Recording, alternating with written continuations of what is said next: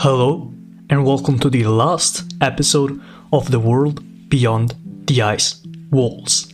So, this is probably the longest series I've worked on my entire channel, and I'm so glad we're finally coming to the last episode of the series, and it's been so amazing with all the support I've received in the past videos, and even with problems such as YouTube kind of not being very nice to me in the last video I've made, and also having other problems uploading some videos in lower quality, you guys always made sure to support me, and for that I'm extremely thankful. This series has started way long ago, almost 2 months, maybe even 3 months now, when we started doing the lore of the world of the Beyond the Ice Walls in this area right here. Then we discussed about the different gates that divide the known world from the second ring outside of the ice walls. Then we started to do the other gates, so we started from the Serpent's Gate right here. Then we did the Tiger's Gate. Then we did the Sentinel's Gate. And finally, 2 videos ago, we covered the Leviathan's Gate. Then we covered a lot of continents: Xenonesia, the land of the Blemie; Aten, the land of the other human species that weren't extinct way long ago in the other parts of the world, but that existed in Aten. Then we covered Thoth, the moving continent. Then we covered Antilia, the land of the parasites. We covered the ideologies and religions of the world that are beneath what seem to be, such as Holvenism. We covered the islands of Minsk and Nevis. We covered the Avalons, Camelot, Merlin, Hibermasog, Arthornia. We covered the Neanderthal populations out here. We covered the Punics coming here. We covered the Vikings that settled here. We covered all these populations, all these places, the islands of the Blessed. We did cover even Petacia, and we covered Zerzura and Shangri-La in the last video, as well as Henrietta, Nunastoria, Al-Jazura, Alduna, Vivia. So, this day is the last one for this series, and today we will be covering the continent of Geminia, the last remaining continent outside of the ice walls. If you like the series so far, and you feel like you really came to appreciate the work put into this map from the creator and everything else we've been looking at and all the information I've spread through this map, then don't worry, there's one last thing I will do. I will create a multi-hour long video that unites all the previous videos that I've made for the series and publish it on this channel. Not sure when, but it will contain all the informations you've seen in the other episodes. So if you have a friend or someone that has not seen the series yet, you will be able to just link them this mega episode, this mega movie basically, and show them all the beautiful things we've learned in the map of Beyond the Ice Walls. Now it's time to actually get to the last continent, Geminia, and start with the lore. Geminia, prison of the Zuado. In Geminia, everything comes in pairs. Mountains have 2 peaks, rivers run side by side, and almost all animals are born as twins. Many would say that these lands seem to possess an intrinsically friendly nature, which is best personified in its native inhabitants.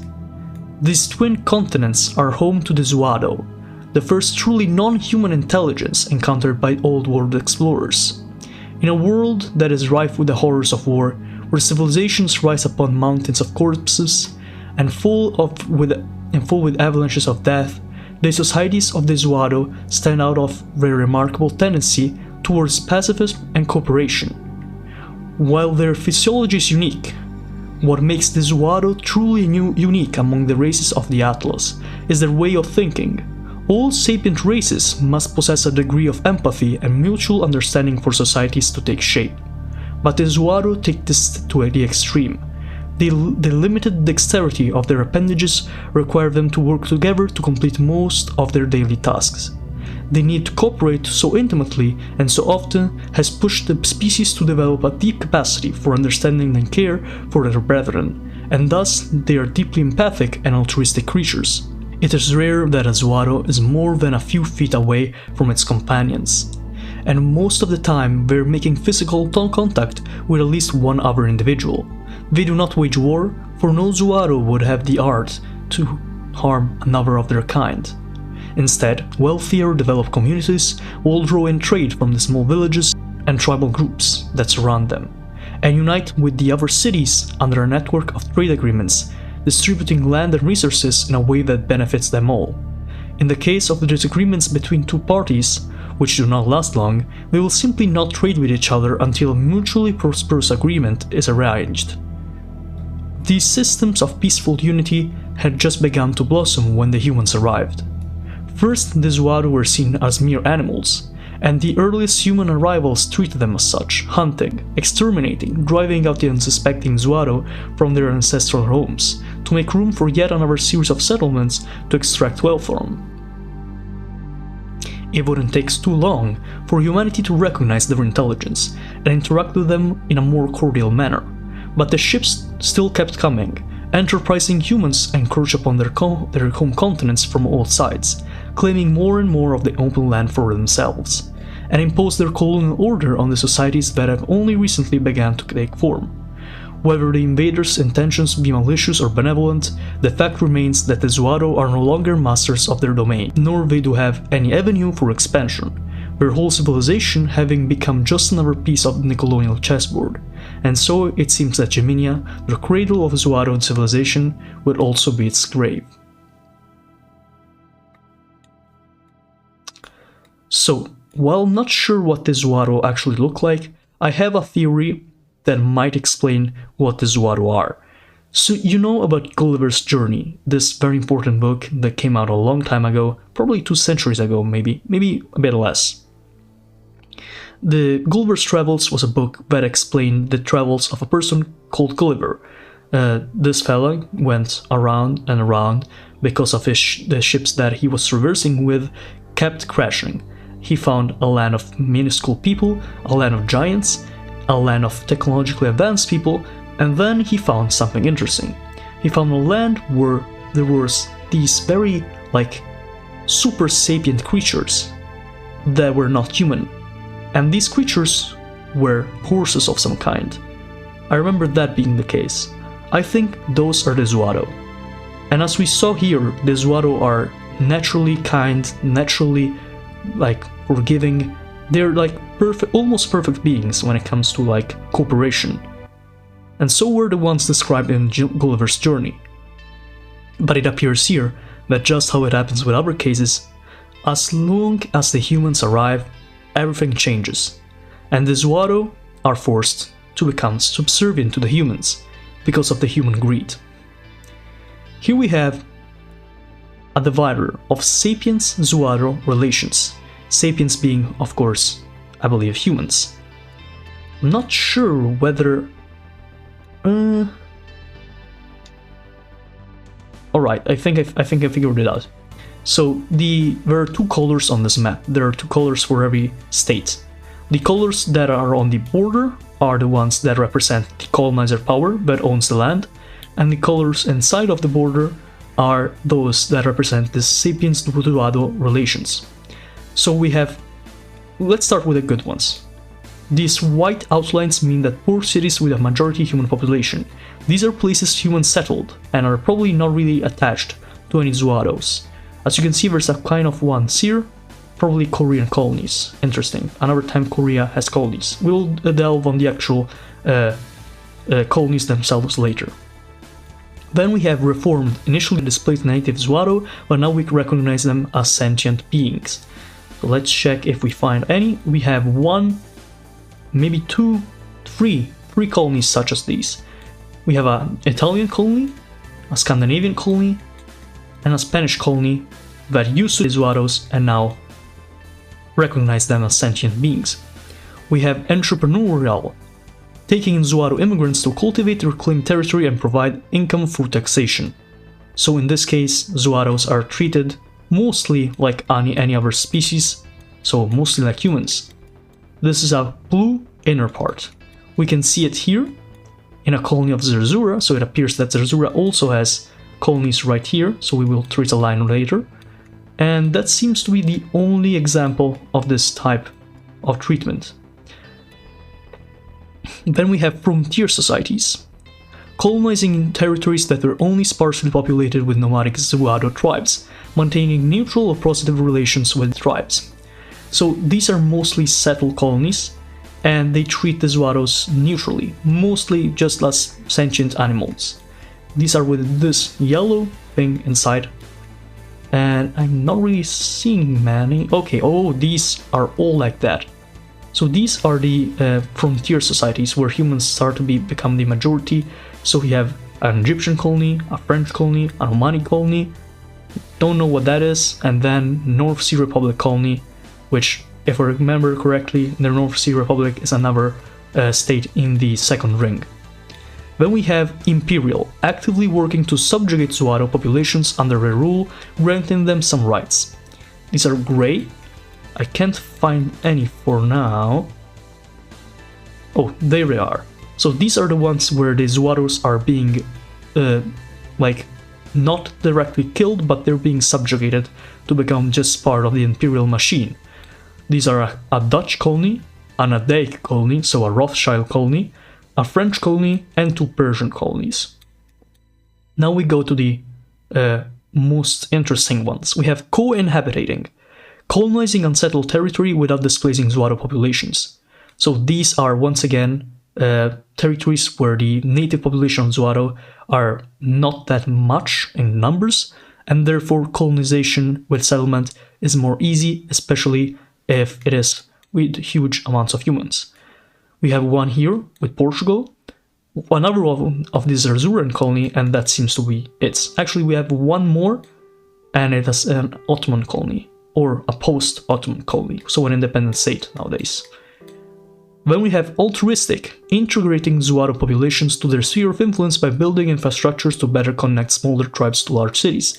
So in this case, the humans are literally working towards gaining some kind of alliance with the Zuado. We can find some examples with the Sikh Empire, of course they are the ones to do this, the Koreans as well. We have one example once again with the Sikhs, and that seems to be it. When we have gentrification, settling desirable land and displacing Zuado populations to reservations, so kind of what the Americans did to the Native Americans. It appears to be one of the most widespread attempts. We have, I don't know what that is, but probably like British. This is British, yeah. So the British are doing it with Safaria, then the Spanish are doing it. Wait, no, that's not the Spanish, sorry. This is another Rothschild colony. The Portuguese are doing it. Alright, that's it. I thought more, honestly. And then, of course, to the wars of these.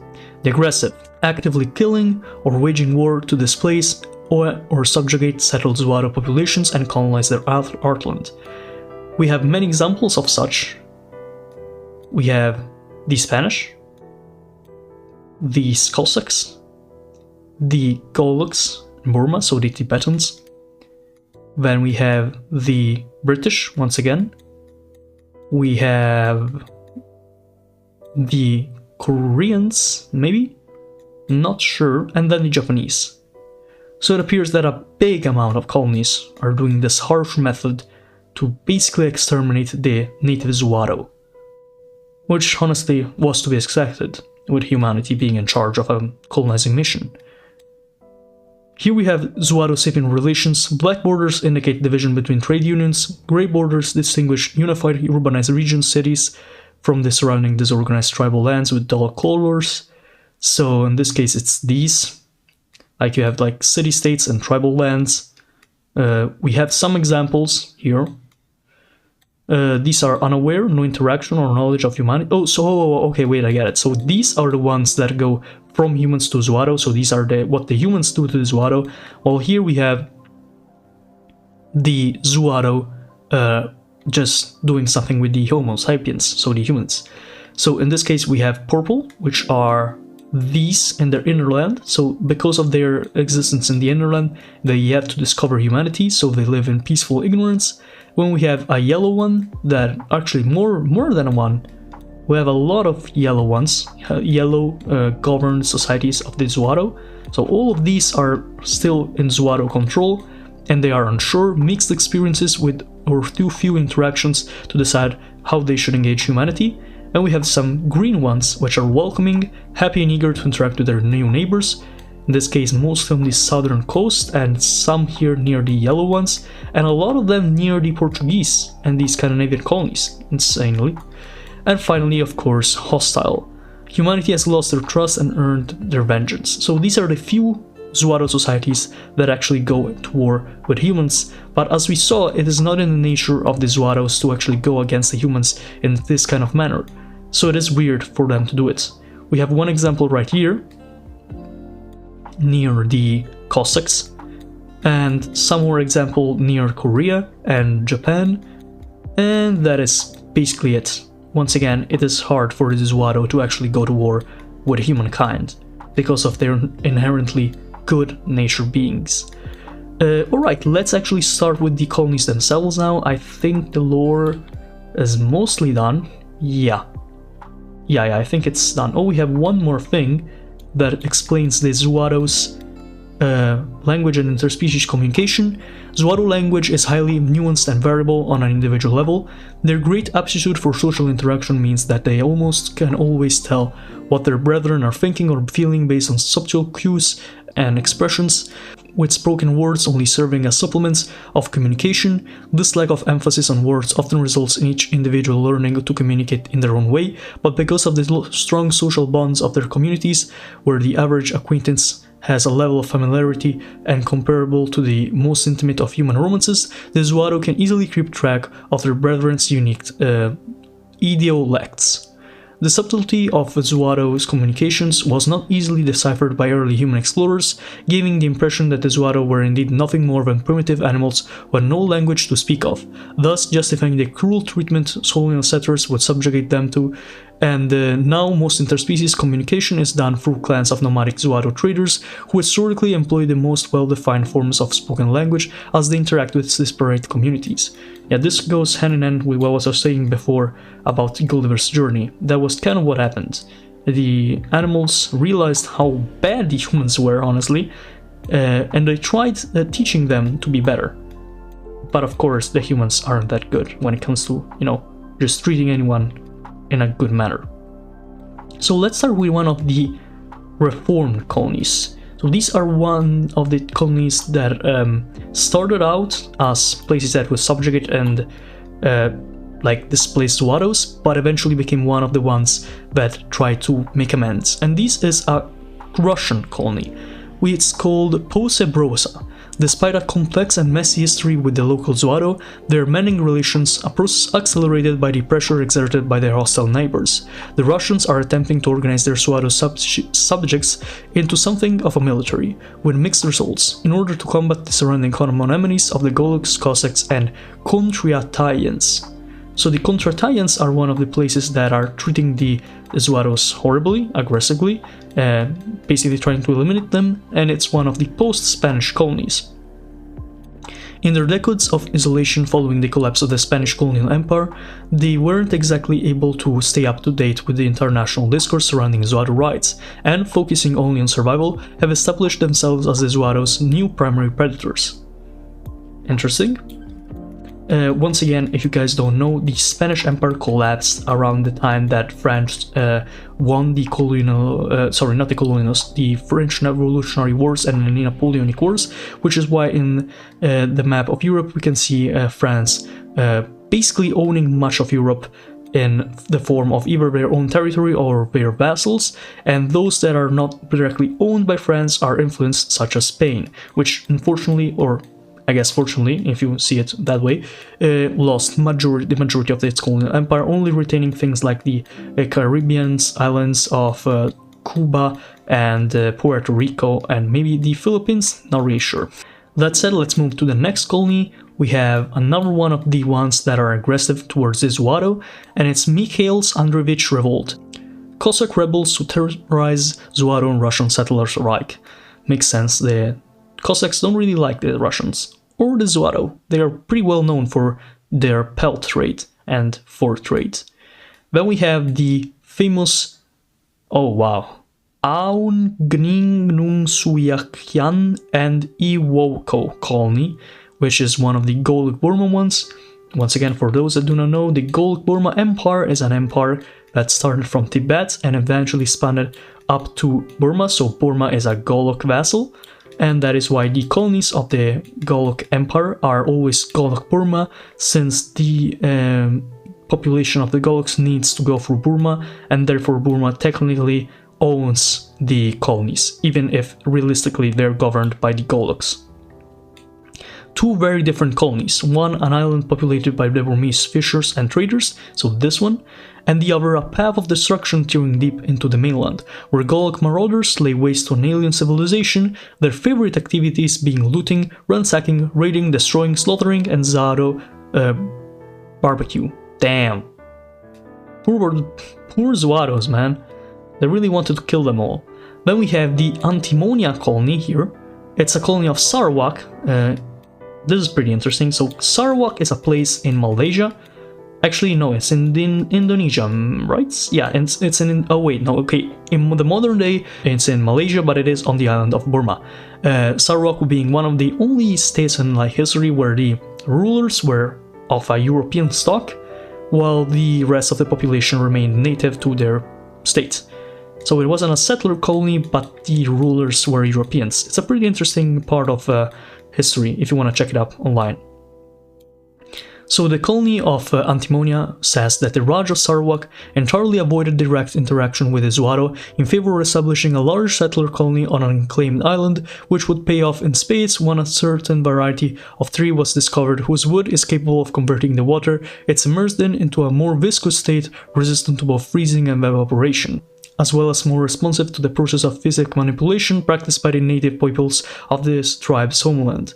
Their harvesting and crafting of this wood is key to their state-of-the-art shipbuilding technology.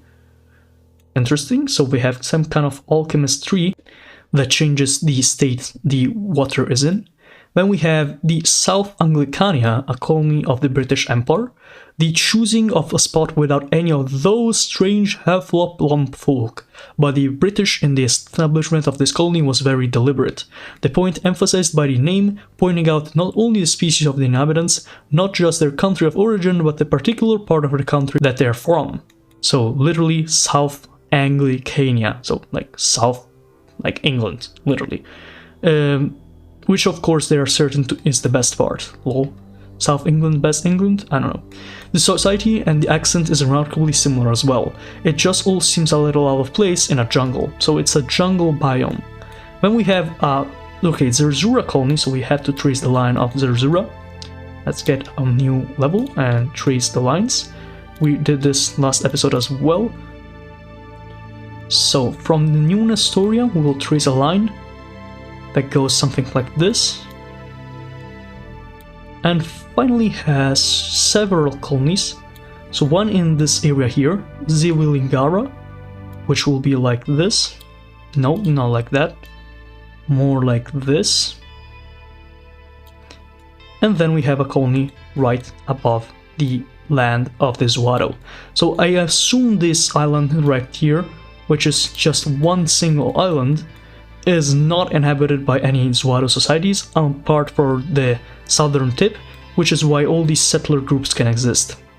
Unlike other examples of human-driven relocation that can be found across the twin continents, the Zerzurans brought... Okay, never mind, I already was wrong. The Zerzurans brought the Zuaro to these uninhabited lands, not as captives but as partners, the two races relying on each other's unique skills to build a new prosperous society from the ground up, which much more effectively than the other powers working to wrest control of the southern island. Then we have Canasolta, which are all these stranded islands right here, which are the stranded Spaniards adopted by the French sphere, much to the annoyance of their Zerzuran neighbors. Remember, the Zerzurans are the Neo-Prussians, and they are constantly in rivalry with the French. While they were also left impoverished and without support for a time, they are free from the stigma of being Zuaro slaughterers that taint the reputation of their counterparts in country area, entirely attributable to the fact that their islands lacked a native Zuaro population. So basically what they're saying is that they're like, oh wow, look at us, we don't kill the Zuaros. And the reason they don't kill the Zuaros is very simple, they just don't have any Zuaros to kill. Which is pretty funny when you think about it. Also, let's start tracing some lines, some colonial lines. So we know that the Russian Empire had a lot of places right here to figure out. They had a lot of places that they colonized in the Xenonesia archipelago. So it makes some kind of sense that they would have lands in Geminia. So let's trace a line that connects them to their Geminian colonies. And even Sarawak here also has some colonies, but I'm not really going to trace a line from them. Then we have the Sarawaki colonies. We haven't been tracing lines for the Golo colonies. We did do that for the British ones, so we will be doing that for the British colonies. Let's go right here, above the land that is independent, and trace a line that goes right there. Also, I just noticed something pretty interesting, the fact that the British also own this very small island right here off the coast of Antimonia, which might or might not be something very weird depending on what the trade routes of this world are.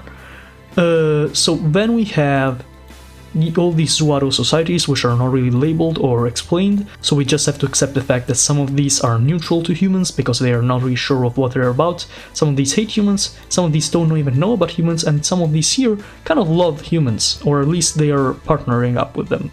So here we have a Scandinavian colony that treats humans very well. We will be tracing a line for the Scandinavian colonies, even if the last colonies that we saw of the Scandinavians were so minuscule we didn't really care for them. And wait, did they even have colonies here? Yeah, they did. Alright. They did have this colony right here with the Kongens Kust or Kust. We will be tracing a line that goes from here.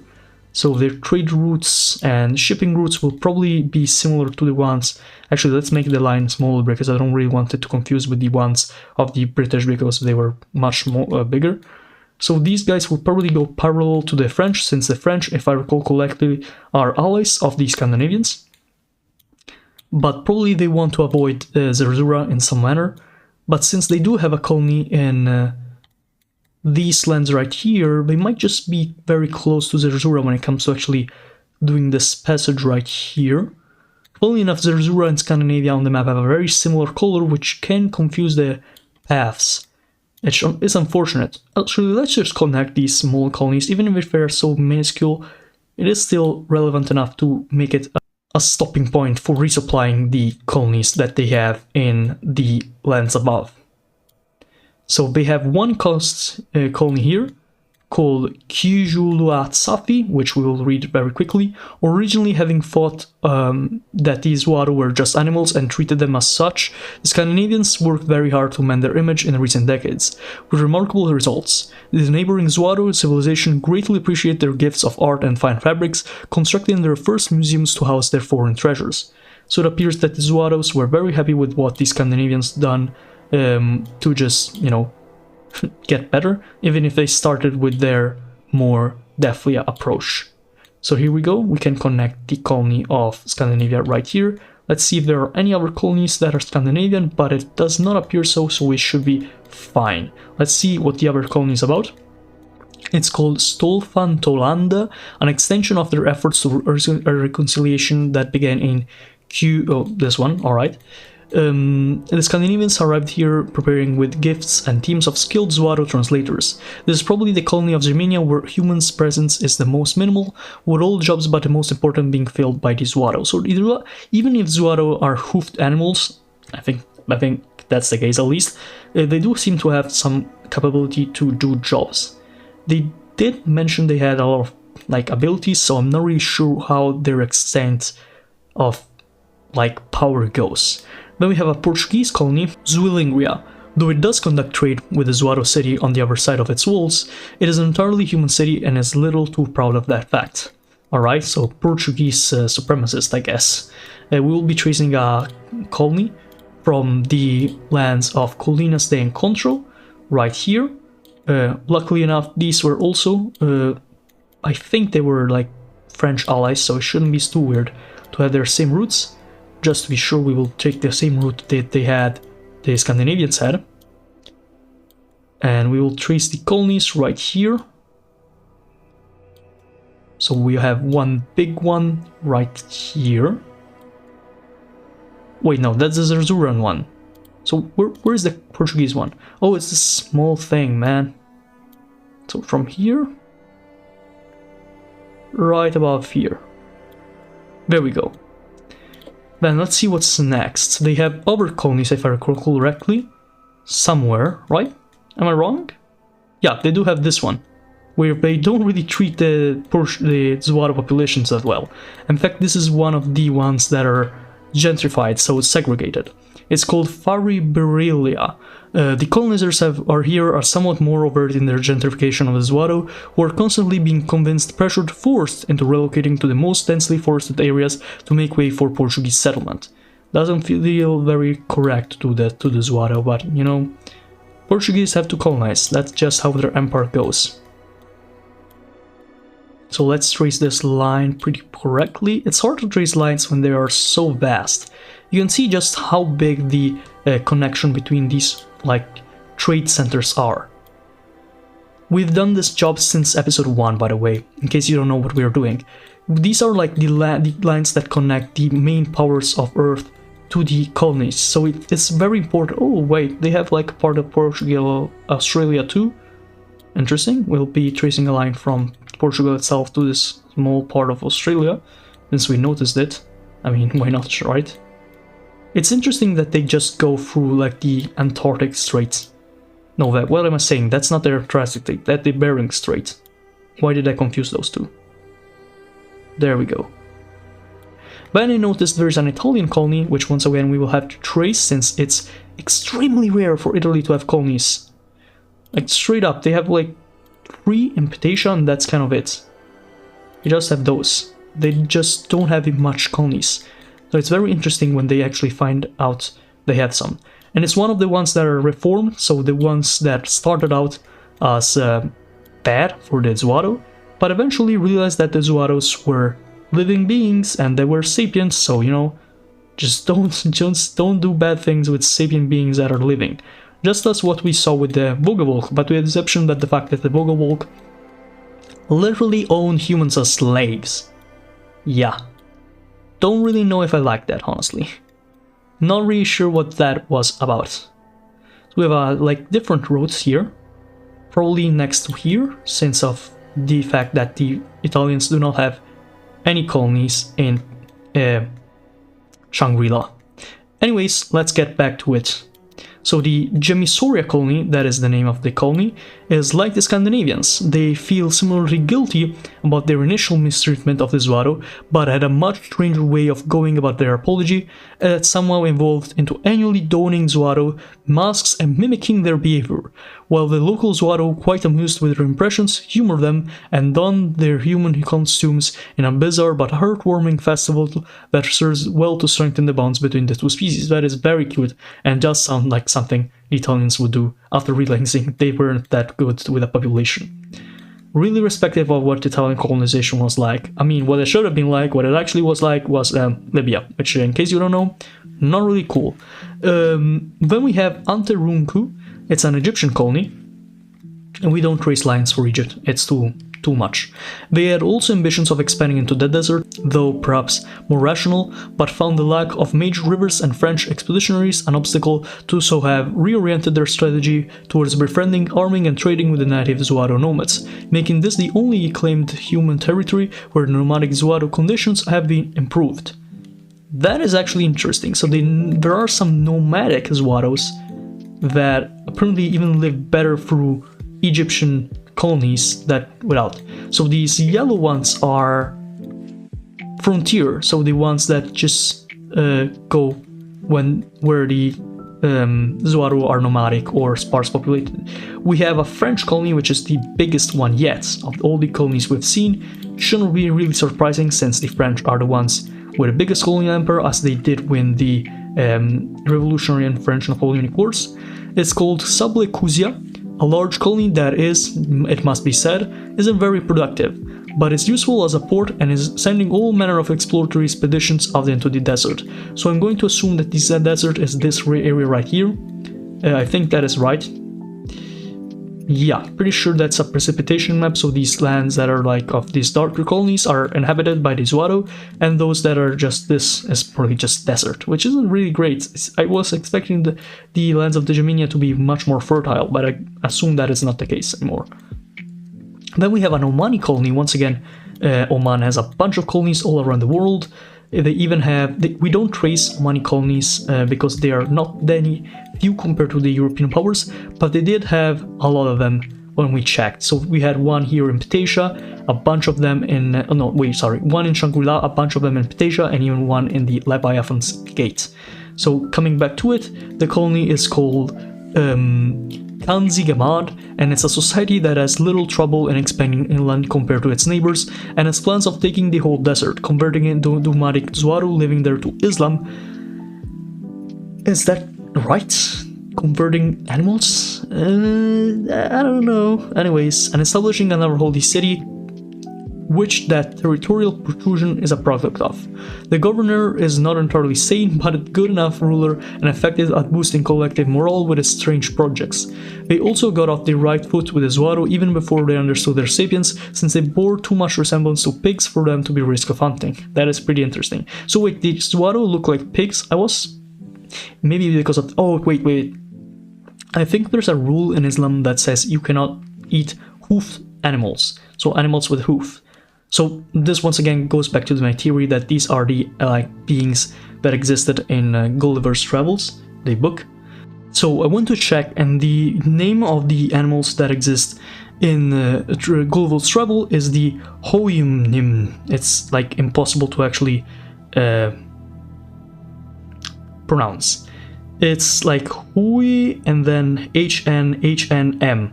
It's supposed to be the sound that like horse makes when it's just trying to make that sound that horses make. I'm not really sure what that's called. But anyways, yeah, that is just what the animals look like, and they're kind of looking like horses as far as I seem to understand. So the Zuaros might look like horses, maybe more like savage than horses, not really sure, but it's interesting to think about. Then we have the Drunkard Zooland. So when I saw the name of these, I think, what is this, like a performance park? Oh, it's a land of circus performers. I mean, makes sense. You know how like most animals that are in the circus end up like being abused? Makes sense that these Zuaros would be. Then we have the New Dunkelwald. New Dunkelwald, probably that's how you pronounce it, is a part of the North Sea Republic, though they're still very much under the French heel, so it appears that the New Dunkelwald is still part of the North Sea Republic, but also part of the French sphere of influence. This is one of the few colonies the North Sea Republic was able to make without them being a product of part of some French project. Their opinion of the Zuaro is rather low, but they rarely have a need to interact, as overgrazing by their cattle does more than enough to push the native nomads to flee elsewhere. So it appears that the cattle they brought in from their lands made the Zuaros flee, which is unfortunate, I guess. I'm going to have to check where the North Sea Republic was, because I cannot remember like where it actually originates from. Like, we can see there's also a colony here in Ptasia of the North Sea Republic. But what even is the North Sea Republic? Is it like the United States? Nah, that can't be right? North Sea Republic. Where would that even be? Isn't this the North Sea? But that's Scandinavia. I don't know. It's just one of the things that will remain a mystery, I guess. It's good that some things remain mysteries. So once you can get the map, you can explore yourselves. Then we have the Sikh colonies. As we saw earlier, the Sikhs are one of the peoples that like treat the Zuaro populations better. They have an altruistic kind of integrating the Zuaro populations with humans. So in this case we have the Navim Budi. The only thing stopping the Sikhs from disbanding this colony is a pity for the nomadic Zuaro, using it as a refuge from the encroachment of other humans. That is very sweet. Then we have one of the places that are imperial, so trying to subjugate the Zuaros. So these are 3 places, actually 4 if you consider this ones too, that subjugate and imperialize the Zuaro populations, which is why the populations above them of the Zuaros are not really a fan of humans, but they don't explicitly declare war against them. So one of these is Geest Barrian, which is a Dutch colony, which is right above the line that divides the 2 continents of Geminia. They are part of the Kingdom of the Netherlands, and though they insist they are very different from the humans across the channel, the Zuaros struggle to differentiate humans in general, let alone ones that seem to speak the same language. Oh, I get that. Okay, I get it. So these are part of the Kingdom of the Netherlands, which, in case you don't know, is not the actual Netherlands, since the Netherlands were conquered by the French and the puppet state of Batavia was formed. The Kingdom of the Netherlands remains and exists as a state in exile, so they own Indonesia and other parts of the world, and they were basically taken from the British. They were replaced their capital in some other part of the world. I remember them having a part of them in Ptesia that was called New Orange, and was so royalist that we wanted to relocate the capital right here with the royal family. So that is the lore of the Kingdom of the Netherlands.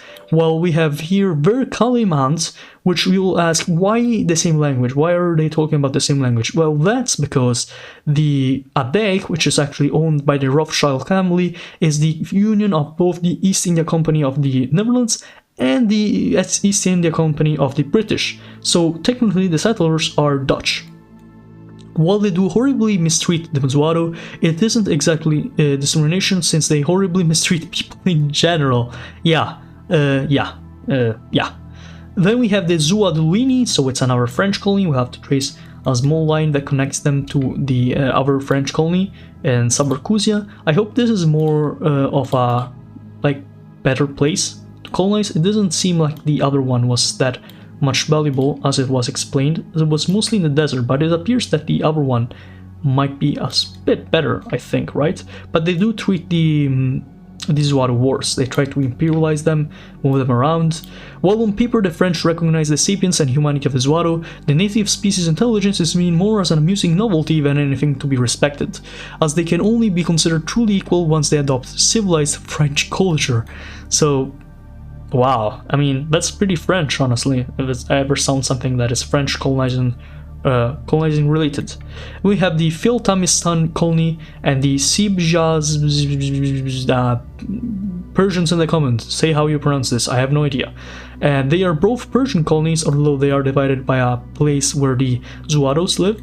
And much like Darius the Great's treatment of the Jews, Assyrians and other minorities, the modern Persians are willing to allow the Zuaro much kindness and autonomy as long as they act as a functioning part of their empire, which is honestly not that bad, honestly. It appears that these guys treat them much worse. Then we have a post-Ottoman colony, which appears to be non-Zuaro populated, just seems to be completely populated by the post-Ottoman population. It's called Uzunikleria, and it's a stranded Turkish settlers that resorted to piracy and raiding coastal Zuaro cities for survival, which is becoming increasingly difficult as their targets receive more support from the Koreans and the Sikhs. So not that well towards the Zuaro, but at least they aren't killing them, I guess? Alright, never mind. Then we have another of the Sikh Empire colonies. Once again, these guys treat the Zuaros very nicely. While the other empires have made attempts at converting the Zuaro to their faiths, Sikhism is the one of the Zuaro accepted on a wide scale and with any kind of enthusiasm. So, wow, these Zuaros converted themselves to Sikhism. That's pretty cool. I mean, it makes sense. Some of the precepts of Sikhism are to be like all these sorts of kind and generous and non-war, anti-war, anti-violence and stuff, so it makes sense that a population so naturally loving and good would kind of want to convert to such a religion. And then we have a Korean colony, which seems to be... Okay, so I'm a bit confused in this case. Are the Korean colonies these? What are the actual Korean colonies? Are these? Let's read. Daiwa Doli. Though the islands are nearly indistinguishable from Korea. The port cities of the mainland are really quite remarkable mix of Korean and Zhuaro rubbing shoulder to shoulder. The Koreans still have no idea what the Zhuaro are saying, and the Zhuaro aren't much better, but that doesn't seem to matter. Interesting, so the portal cities are mainly very well connected to Zhuaro civilization. As you can see, all these other states are kind of loving the Zhuaros, but the island itself, so Daewadoli, the island, is only settled by the Koreans and is similar to the mainland of Korea, so the actual Korean peninsula. We have some more states to mention here. We have Emoyasu Rio, one of the places that treat the Zhuaro population the worst. It's a Japanese colony, which means we will have to trace a line for the Koreans actually, not the Japanese. We're not tracing lines for the Japanese themselves, because the Japanese tend to be very not colonizing in this world. Like, they do have some small colonies, but the Isle of Taiwan is actually owned by the Koreans, so they are the one doing the empire building as of now. I'm sure the Japanese will eventually do what they did right after, but this is not the case yet.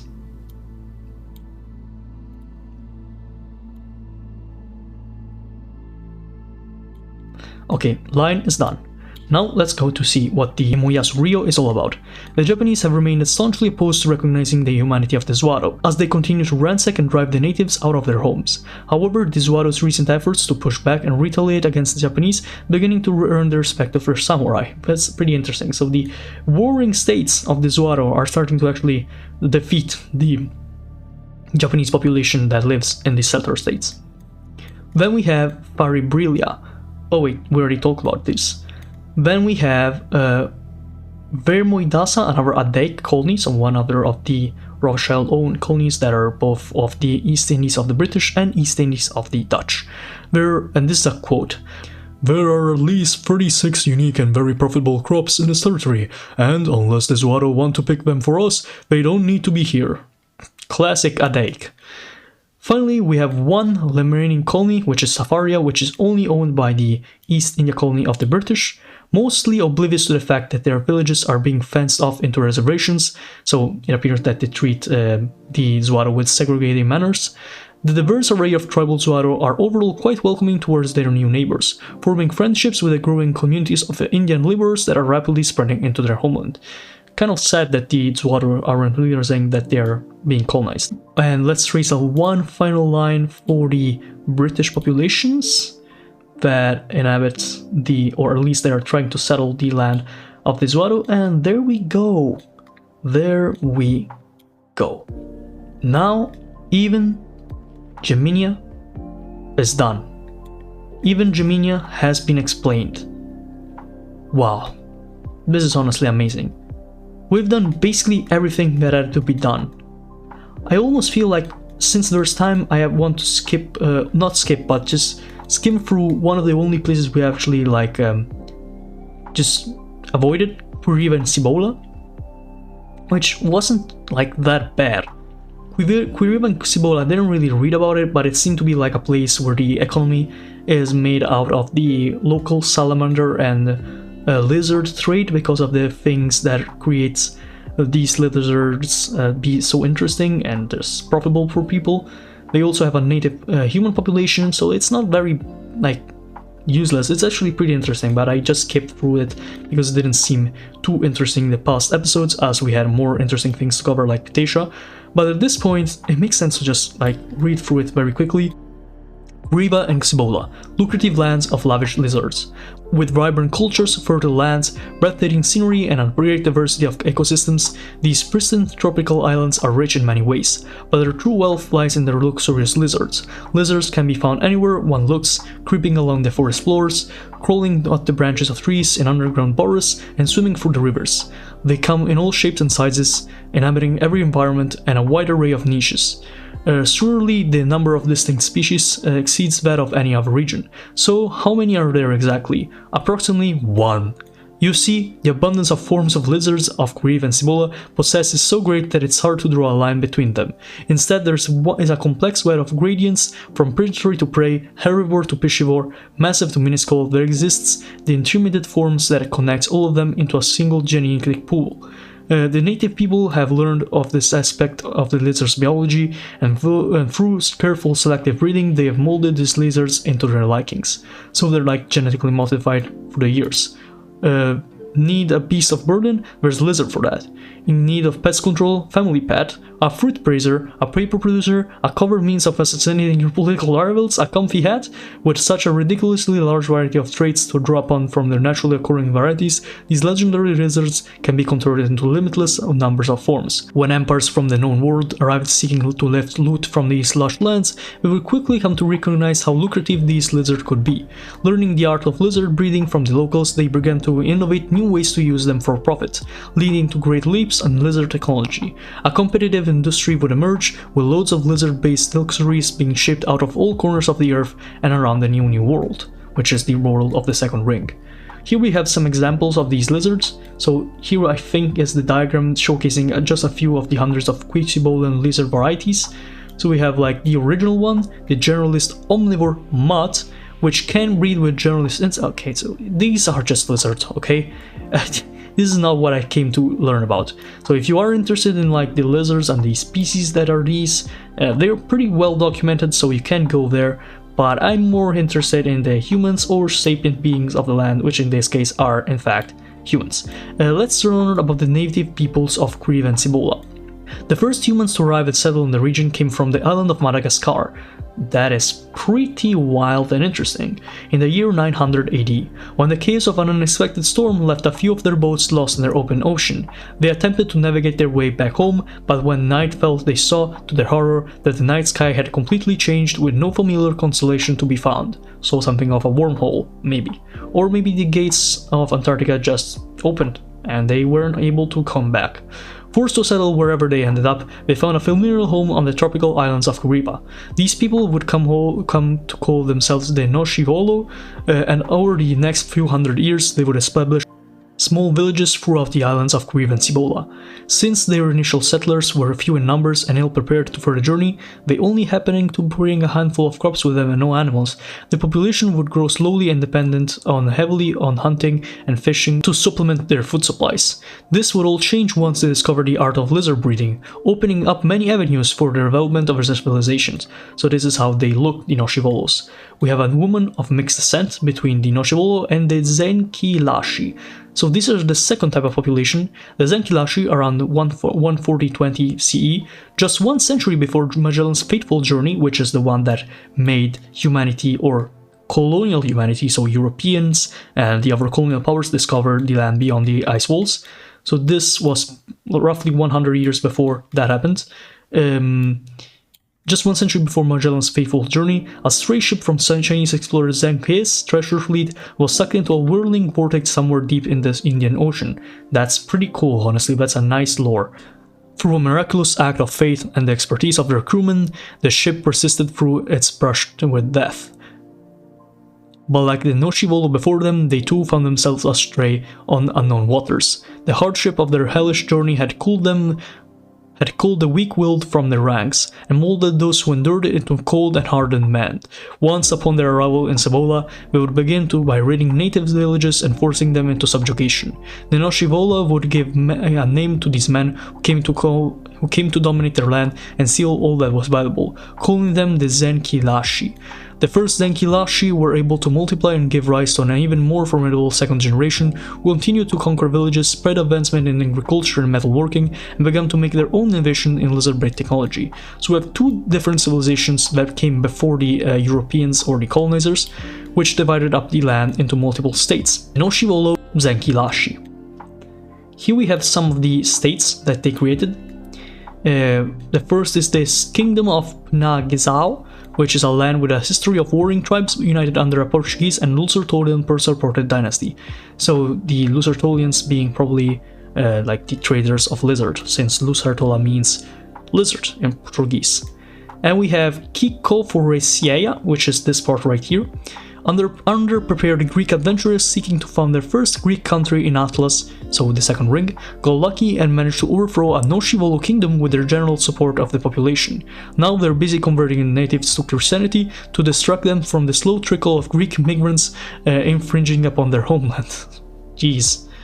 Then we have the Escamas Santa. Wait, yeah, this colony right here. The Portuguese transformed their cities of this colony into hubs for gambling and shady deals, drawing in Portuguese, Greeks, Lusitanians, Zengilkashi, British and known-world Chinese, all supported by countryside of no-Chivolo farmers worked endlessly by their governor. We have an island here, and it's a isolationist Zenklilashi society. We have a French protectorate, Vere-Éclair, technically a vassal state, but the largest and wealthiest four cities are directly controlled by the French, famous for glass-based form of artwork developed by the natives, which will be appropriated to the point of becoming a stereotypical element of French culture, much like we did with a lot of African lands. We had the grand cities of Lucertolia, which, post-Venetian, so another of these Venetian colonies. So in case you don't know, Venice ended up just not going that well.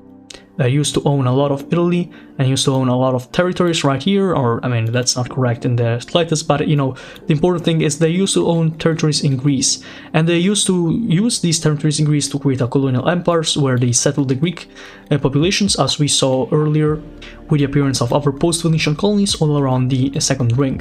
And in this case it appears that one of their colonies gained independence from them or from any other state that tried to counter them, and became a giant realm, even with a beautiful flag that is literally the Venetian flag with a blue background. Grand cities of Lucertolia, one of the few post-Venetian cities that were fully imperial.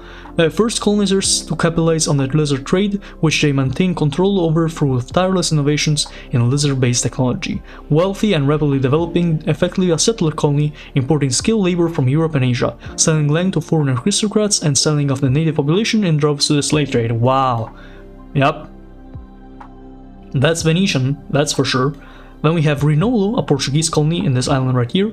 The north is a mess of no-Chivolo tribes used as source of labors and lizard expertise, as well as a strip of coastline populated by mercantiles and Zengilkashi, who have become the wealthiest traders of this colony, appearing in many other parts of the Portuguese Empire. In the south, locals have been outpopulated by the African slaves and their masters with Portuguese heritage. Finally, we have one last island to cover. It is divided in the number 6, which is the Vaso-Maizo Empire, which is a French puppet state. Funnily enough, this seems to be exactly the flag of the French Niger colony. Niger, yeah, French Niger, I think that is the case. So the Vaso-Maizo Empire, French puppet, milk for resources and slaves by the French.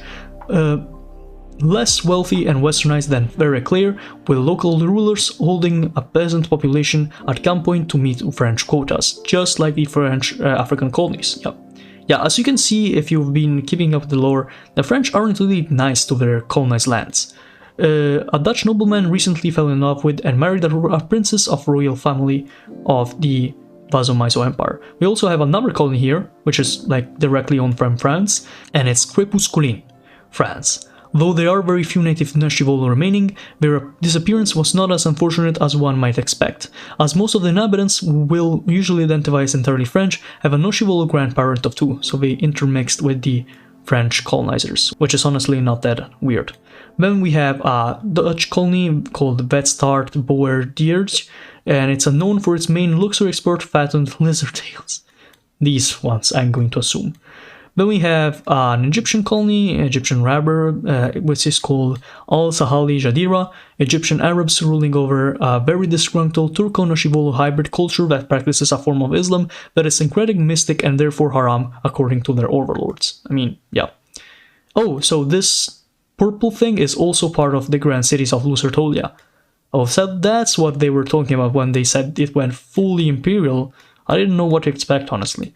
Then we have number 5 here. Oh, that's the Egyptian colony. Never mind. Then we have hill tribes here. And we have an independent kingdom, the Kingdom of Tigargla, an aggressively isolationist kingdom ruled by a mysterious, secretive, non-native dynasty hailing from somewhere in the known world. These rulers use dark arts and arcane knowledge to defend their kingdom. They also possess advanced lizard breeding techniques that the Rosatorians are determined to uncover. And they look like this. A Tigargla nobleman sporting a fashionable hat lizard. Hat lizard. I hate this. I mean, I love this, but I also hate this. So weird. So weird. I mean, it's not weirder than the land of Geminia, where the literal hooved animals rule. Or at least they used to rule. Now they are not anymore because of humans. Here we have some depictions of the local Cibola people, ancestry, 60% Southeast Asian and 40% South African, or yeah, South African, Madagascan Bantu, or Austronesian Malgai, or Malgaese. Then we have nobility, social justification. Well, it's pretty interesting. We even have like a depiction of their first contact with the European colonizers. These are always nice to get, these infographics with the arts. They can show you the difference between the different societies that are depicted. You can see how this was very developed when it comes to the lore. It's very well made. So a lot of information came to this map maker.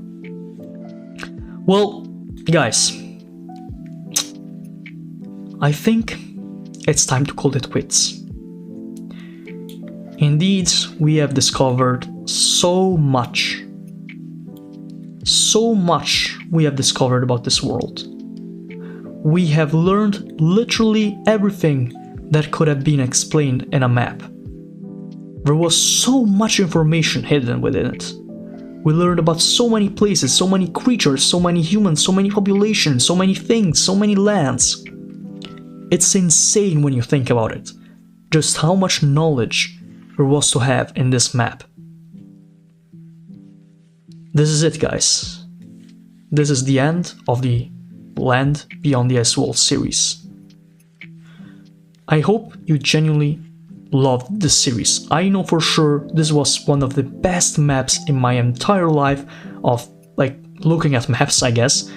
It was the best amount of knowledge that could have been depicted on a map, so much information, and I hope you guys loved the amount of tracing lines with it, just to connect all these trade leagues and trade routes of the known world and their connection from the colonies and the colonial empires. I will try to update the map that you can see here and upload it with all these lines, if I can. If I cannot, tough luck. But if I can, I will release the map and make it publicly available with my edit of the lines. Once I do the thing I said in the first part of the video, which is this multi-hour long video where I unite all the parts of the series, from the start of the Serpent's Gate to the last thing we did, so Quiriva and Cibola, and everything far in between. Well, this is it. I hope you enjoyed this series, I hope you loved these videos, and I hope you will continue to keep up with the channel on my uploads and keep supporting it with the comments and subscribing and liking the videos. We will see each other next time. Goodbye.